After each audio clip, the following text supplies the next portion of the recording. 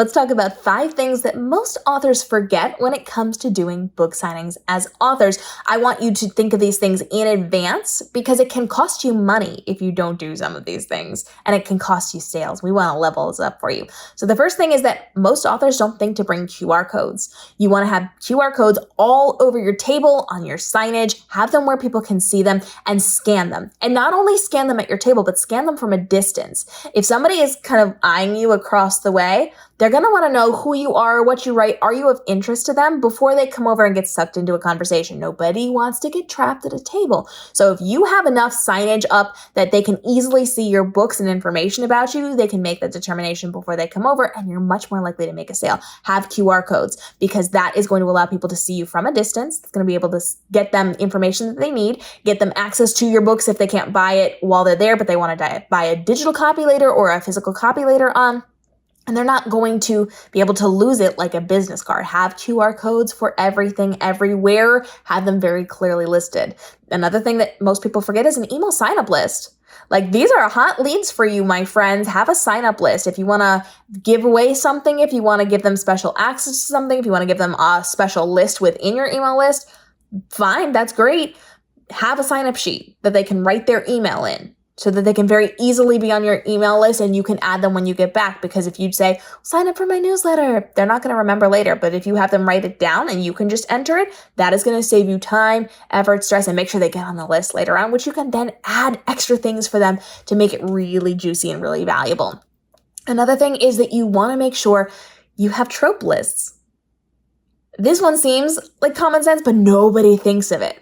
Have all your books labeled with the tropes.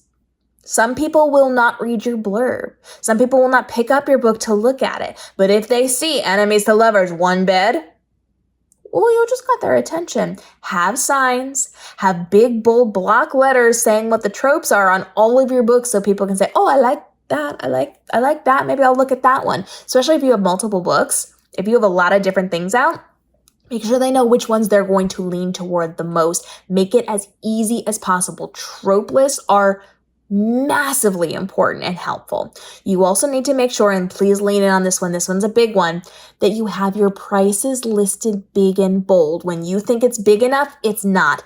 Triple it. You want your prices to be massive and very easy for people to understand. And if you have deals or bundles going on, you need signage for that as well. You need to make sure if they know that they can buy the entire trilogy and they get an art print, buy the omnibus and you get a pop Funko of my characters, buy $75 worth of things and get $15 off, whatever it is, have that signage. Big, bold prices, big, bold signage on the bundle deals that you have going as well.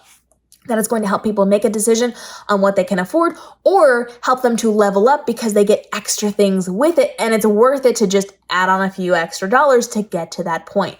Make things clear. Make it easy to see from the end of the aisle. They're not coming up to you. You want them to see it from down there, and eye contact. When they get that, when they can see it from a distance, they can make that choice to come up to you or not. And that empowers them to feel safer, to come up to you, to have the conversations, to pick up your book, to look at them. Give them as much information as possible from the greatest distance that you can. And that can be a game changer for how many copies you are selling at your events. But of course, there's lots of ways you can there's lots of ways you can succeed at book signings. And you are going to get a ton of really great ideas inside of our playlist down below. Drop your questions, but go through our previous episodes as well, so that you have the opportunity to level up what you're doing at book signings and do really, really well, make a lot of money and make them worth your time, because my gosh, book signings are expensive. So if you are not like on top of your game, you're not even going to break even. And we want to make sure you're profitable. So check out the other episodes, drop your questions, and we'll see you in tomorrow's episode.